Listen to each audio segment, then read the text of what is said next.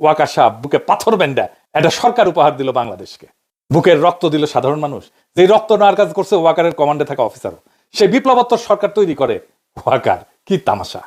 দেশের মানুষ যে রাষ্ট্রের একটা বদল চাইছিল সেইটারে কব্বর দেওয়ার চেষ্টা হইলো, মাঠে নামাইলো বুদ্ধিজীবীদেরকে, শুরু হইলো তাদের বিরুদ্ধে আক্রমণ যারা একটা বিপ্লবী সরকার চাইতেছিল।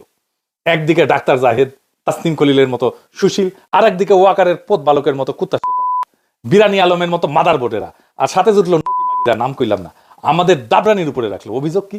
আমরা নির্বাচন চাই না, আমরা কামান চাইছিলাম, প্রফেসর ইউনূস আমাদের পিস্তল দিতেছিল, অন্তত যেন সেইটা পাই, দুধের স্বাদ যেন ঘোলে মিটাইতে পারি, সেইটা করতে চাইছিলাম, সেটাও করতে দেবে না। ডাক্তার জাহেদের কথাগুলো দেখেন, এটা বিপ্লব না, তার মূল কথা ছিল বিপ্লব হইলে তো একটা আমূল পরিবর্তনের পথে আগাইতে হবে, সেটা তারা আগাইতে দেবে না। এদের মূল চিন্তা হইলো একটাই, কি সেটা? সেই চিন্তা হইতেছে আপাতত তো ঠেকানো গেছে, ধ্বংস হওয়া এস্টাবলিশমেন্টটা যা এতদিন ধরে চলছে, কিন্তু শেষ রক্ষা হবে কি? এই লড়াইয়ের মধ্যে দিয়ে বাংলাদেশে ইসলামী একটা শক্তি উত্থিত হয়েছে, এইটারে কেমনে সামলানো যাবে? এরা যদি আবার ভাঙ্গা ফেলে সবকিছু পুরানো কাঠামোকে, তখন শুরু হইলো সংস্কার নিয়ে টাল বাহানা, সরকারের বৈধতা নিয়ে প্রশ্ন। 31 দফাই নাকি সংস্কার। এই 55 বছর ধরে চলে আসা লুটপাটের বন্দোবস্ত কিভাবে টিকায় রাখা যায়, এই নিয়ে একটা ঐক্য হইল। কার কার ঐক্য হইল? ওয়াকার, বিএনপি আর ওয়াকারের সাথে নিঃশব্দে আওয়ামী লীগ আর ভারতের মধ্যে। আওয়ামী লীগের সাথে বিএনপির ঘুটু আছে, এটা তো বানায় বলতেছি না। আপনার এলাকায় আওয়ামী লীগ কার শেল্টারে আছে দেখেন। এস আলমের ব্যবসা দেখে সালাউদ্দিন সাহেব, এস আলমের গাড়ি সরায় বহিষ্কৃত হয়েছিল যারা, তাদেরকে আবার ফিরায় নেওয়া হয়েছে। তাহলে সামে বহিষ্কার করছিল, এমনি এমনি মিশামিশি হুদাহুদি বহিষ্কার করছিল, দেখানোর জন্য বহিষ্কার করে। যতজনকে বহিষ্কার করছে সবাইকে ফিরে দিচ্ছে। আপনি হিসাব করে দেখেন, বিএনপি দেখায় বহিষ্কার করছে, তার কিছুদিন পরে সামে আসতে কইরা তাদেরকে ফিরায় নেয় দলে, সব কয়টারে ফিরায় নিছে। দেখেন ওদেরকে আবার ফিরে নিছে, ওকে আবার নমিনেশনও দেওয়া হয়েছে। বিএনপি তারেক রহমানের সাথে লন্ডনে গিয়ে দেখা করে। এইসব স্থগিতাদেশ, বহিষ্কার সব লোক দেখানো কাজ। ফজা পাগলা তো প্রাথমিক সদস্য পদ স্থগিত হয়েছে, অগাস্ট মাসে স্থগিত করছে 3 মাসের জন্য। তো তাইলে নমিনেশন পাই কিভাবে? ওর তো সদস্য পদই নাই। একটা মজা দেখায়, বিএনপির একটা নীতি নিছিল, এক পরিবার এক প্রার্থী। যে দেখেন, মানে এক পরিবার থেকে একজনই প্রার্থী হবে। খন্দকার মোশাররফ এসে গল্প করে কইছেন, দেখেছেন আমরা এক পরিবার থেকে একজনের বেশি প্রার্থী দেই নাই। তাই তো, এক পরিবার থেকে তো একজনের বেশি প্রার্থী দেন নাই তো, তাই না? তারেক রহমানের পরিবার থেকে তো 2 জন প্রার্থী, তারেক রহমান আর বেগম খালেদা জিয়া। মানে নীতি সবার জন্য, ওনাদের জন্য না, তাই না? ওনারা নীতির উপরে হুদাই নীতি কথা তাইলে কর দরকার আছে। এর মধ্যে বিএনপি প্রচার অনুসারে সরকারের কাউরে তার কোলে নিয়ে নিছে, যেন তারা একসাথে এই সিস্টেমটাকে টিকে রাখতে পারে। এতদিন তারা মোটামুটি খোশ মেজাজেই ছিল, কিন্তু সব হিসাব তাদের পাল্টে গেল। একটা ভয় তাদের তারায় ফেরতেছে সেই দিন থেকে, বিরাট একটা ভয়। কি সেই ভয়? আর কেন তাদেরকে তারায় ফেরতেছে, আর কোন দিন থেকে তারা ভয় পাইতেছে, সেই জিনিসটা আসেন বুঝে দেখি। গত 20 বছরে যারা ভোটার হয়েছে তারা কারে ভোট দিবে জানেন? জানেন না তো, আমরা কেউই জানি না। বিএনপি কে যে ভোট দিবে না এটা তো জানা গেছে, ছাত্র সংসদ নির্বাচনে দেখা গেছে তরুণেরা ভোট দিতেছে বিএনপি কেনা। বিএনপি থার্ড হয়েছে বেশিরভাগ জায়গায়। আগে তো টাকা দিয়া ভোট কেনা যাইতো, গুন্ডার হুন্ডা দিয়া কেন্দ্র দখল করা যাইতো। এটা কি আবার করা যাবে? যাবে না, ওরাও নিশ্চিত না। আগে মনে করেছিল ইলেকশন দিলে তো বিএনপি জিতে যাবে, তাই রে নাই রে না। এখন সেই কনফিডেন্স আর নাই। কনফিডেন্স থাকলে জাস্টিস শাহাবুদ্দিনের 91 ইলেকশনের মতো একটা ইলেকশন করে ফেলতো, সবকিছু ঠিক আছে, এরশাদ নাই, বাকি সব ঠিক আছে, তাই হইতো।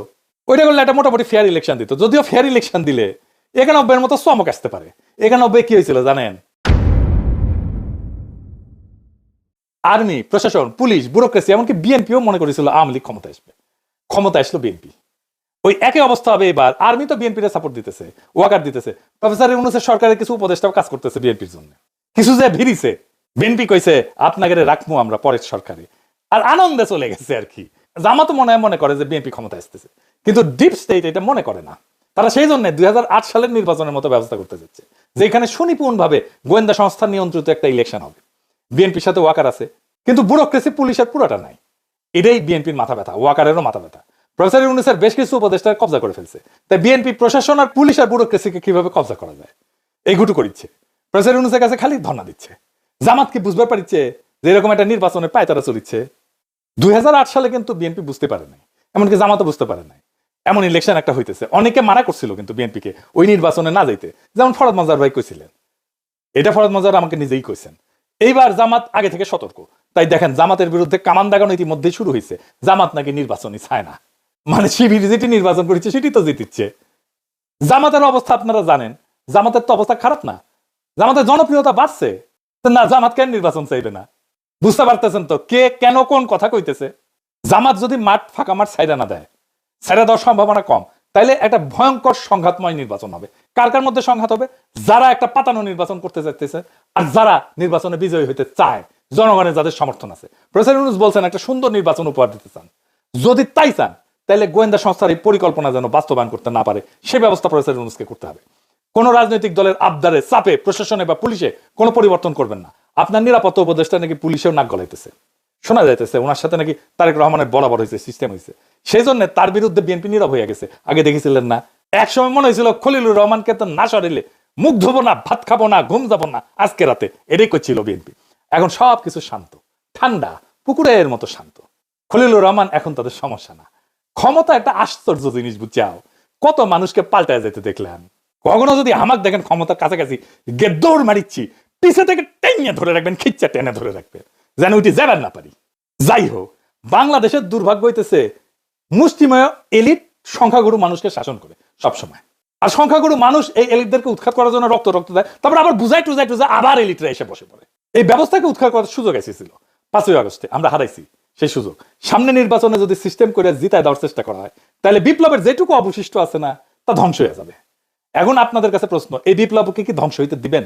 তবে এখন সময় কেবল অভিযোগ বা হতাশার না, আমি হতাশ হইতে নিষেধ করি। এখন সময় জায়গায় ওঠার, এক হওয়ার, আর নিজের ভবিষ্যৎ নিজের হাতে নেওয়ার। এটাই আমাদেরকে রক্ষা করবে। ইতিহাস বলছে যখন জাতি বিভক্ত হয় তখন এই এলিটেরা শোষকেরা টিকে যায়, কিন্তু যখন মানুষ সচেতন, ঐক্যবদ্ধ, সাহসী হয়, তখন কোনো কৃত্রিম শক্তি তাকে দমায় রাখতে পারে না। এই যে যারা যারা এক হয়েছে, আওয়ামী লীগ, ভারত, ওয়াকার, বিএনপি, প্রফেসর ইউনূসের কিছু উপদেষ্টা, এগুলো কৃত্রিম শক্তি। এই শক্তি দমায় রাখতে পারবে না বাংলাদেশের সাধারণ মানুষকে। আমাদের তরুণদের রক্ত, স্কুল কলেজ বিশ্ববিদ্যালয়ের ছাত্রদের আত্মত্যাগ, সাধারণ মানুষের ন্যায়বোধ, তাদের লড়াইয়ের ক্ষমতা, এগুলো নিছক স্মৃতি কথা না, এগুলো ভবিষ্যতের ভিত্তি। এগুলোকে রক্ষা করতে হবে শুধু কথায় না, কর্মে, সততায়, সংগঠনে, তথ্যে, আইনে, নৈতিক প্রতিরোধের মাধ্যমে। এইবার আমাদেরকে ভাবতে হবে আমরা কি কেবল কথা বলবো নাকি বদল আনবো। ভয়, অপপ্রচার আর বিভক্তিকে হারাইতে হইলে লাগবে ধৈর্য, পরিকল্পনা আর সাহস। এখনই সময় সেই সাহস দেখানোর। এই দেশটা আমাদের, এই দেশ এলিটদের না, এই দেশ সংখ্যাগরিষ্ঠ সাধারণ দরিদ্র মানুষের। এই ইতিহাসও আমাদের। যারা রক্ত দিছে তারা চায় আমরা যেন ভয় না পাই। অন্ধকার যত গভীরই হোক, ভোরের আলো আসবেই যদি আমরা একসাথে থাকি এবং বিশ্বাস করি যে পরিবর্তন কেবল সম্ভব না, পরিবর্তন অপরিহার্য। সামনের ভোটের জন্য তৈরি হন। কাকে ভোট দেবেন সেটা নিয়ে আলাপ হবে, আলাপ করা যাবে, কিন্তু কাকে ভোট দেবেন না সেইটা এখনই ঠিক করে ফেলেন। কাকে ভোট দেবেন না সেটা আমার মুখ ফুটে বলে দেওয়ার দরকার নাই, আপনারা নিজেরাই জানেন। এটাই বিজয়ের প্রথম ধাপ। আমরা এই নির্বাচনে বেহাত বিপ্লবের পুনর্দখল করব, করতে পারবো ইনশাল্লাহ, যদি আমরা এক থাকি, যদি আমাদের কৌশল ঠিক থাকে, যদি আমাদের সাহস। এক নম্বর কথা হইতেছে ইলেকশন কি আদৌ হবে? 2 নাম্বার, ইলেকশন নিয়ে সবার মনে শঙ্কা কেন? 3 নাম্বার, কারা চায় না ইলেকশন হোক? এই 3 প্রশ্নের জবাব দেওয়ার আগে আমাদের এক লম্বা কাহিনী শুনতে হবে। আশা করি শুনতে খারাপ লাগবে না, কারণ এই কাহিনীর মধ্যে আপনার অনেক প্রশ্নের জবাব আপনি পেয়ে যাবেন। প্রথমে শুরু করি এরশাদ বিরোধী আন্দোলন দিয়া। এরশাদের বিরুদ্ধে আওয়ামী লীগ আর বিএনপি, 2 রাজনৈতিক দলের রাজনৈতিক লড়াইয়ের ফলে এরশাদের পতন হয়। মুজিবের বিরুদ্ধে কোনো শক্তিশালী রাজনৈতিক লড়াই রাজনৈতিক দলগুলো গড়ে তুলতে পারেনি। মুজিবের পতন হয় অপ্রচলিত এক শক্তির হাতে। আর ওই পলিটিক্যাল ভ্যাকুয়ামটা পূরণ করার জন্যই বিএনপির মতো একটা দলের জন্ম হয়। তখন এমন কোনো রাজনৈতিক দল ছিল না যে ওই পলিটিক্যাল ভ্যাকুয়ামটা পূরণ করতে পারে। হাসিনাকেও কোনো রাজনৈতিক দল উৎখাত করতে পারেনি। এমনকি হাসিনার বিরুদ্ধে কোনো রাজনৈতিক দল লড়াইও তৈরি করতে পারেনি তেমন শক্ত কোনো। হাসিনার পতন হয়েছে রাজনৈতিক দলের বাইরের শক্তির হাতে। এই বাইরের রাজনৈতিক শক্তি শুধু ছাত্ররা না, রাজনৈতিক দলের বাইরের শক্তি অনেকগুলো ছিল, অনেক কয়েকজন দাঁড়া গেছিল। এরা কারা কারা? এদের চেনা কঠিন না। এরা এক একটা রাজনৈতিক লড়াইয়ের মধ্যে দিয়ে রাজনৈতিক শক্তি হয়ে উঠছে। আসেন দেখি তারা কারা। হাসিনার আমলে হাসিনার শাসনকে নাড়া দিতে পারছে সত্যিকার অর্থে 4টা আন্দোলন, যে আন্দোলনগুলোতে সাধারণ মানুষ সম্পৃক্ত হয়েছিল। রাজনৈতিক দলগুলো আন্দোলন করছে, জামাত আন্দোলন করছে আগে, বিএনপি আগে আন্দোলন করছে, কিন্তু সাধারণ মানুষ এটাতে সম্পৃক্ত হয় না। জামাতের একটা আন্দোলনে সাধারণ মানুষ সম্পৃক্ত হয়েছিল, সেটা হইতেছে মৌলানা দেলোয়ার হোসেন সাঈদীর ফাঁসির আদেশ দেওয়ার পরে। কিন্তু সেই আন্দোলনটা খুব বেশি দিন চালাইতে পারেনি তারা। তাহলে এই অরাজনৈতিক শক্তিগুলোর আন্দোলনগুলো কি কি? 1 নাম্বার হেফাজতের 5ই মের আন্দোলন, 2 নাম্বার নুরুল হক নুরদের টাইমের সে কোটা সংস্কার আন্দোলন, 3 নাম্বার নিরাপদ সড়কের আন্দোলন, আর ফাইনালি 2024-এ কোটা আন্দোলন এবং আলটিমেটলি বর্ষা বিপ্লব। এই সব কয়টা আন্দোলনে সর্বশক্তি নিয়ে নেতা থেকে শুরু করে কর্মী সমর্থক পর্যন্ত ছিল জামাত শিবির। বিএনপির নেতারা না থাকলেও কর্মীরা অনেকেই থাকতো, প্রায় সকলেই থাকতো বলা চলে। এই লড়াইগুলোতে নিজেদের তাগিদে তারা যুক্ত হইতো। আর পাশাপাশি একটা ইন্ডিপেন্ডেন্ট সোশ্যাল মিডিয়া ফোর্স তৈরি হয়েছিল, যেটা এখনো এক্সিস্ট করে, এখনো আছে, জিন্দা আছে। এই যে লড়াইগুলোতে জামাতের অংশগ্রহণ, লড়াইগুলোর একটা গুণগত পরিবর্তন করে দিয়েছিল।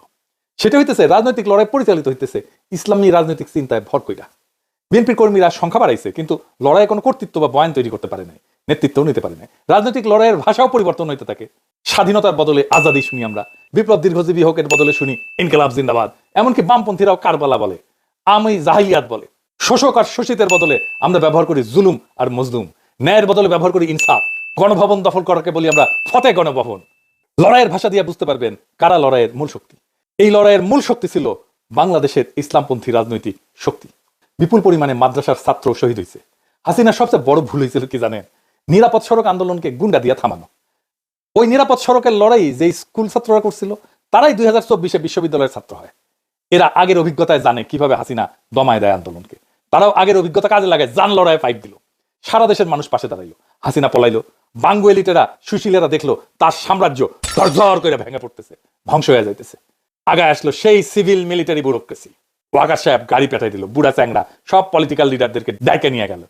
তারা নাচতে নাচতে চলে গেল। একটা সরকার হইল, ইন্টারিম সরকার, যার কাজ হবে শুধু ইলেকশন।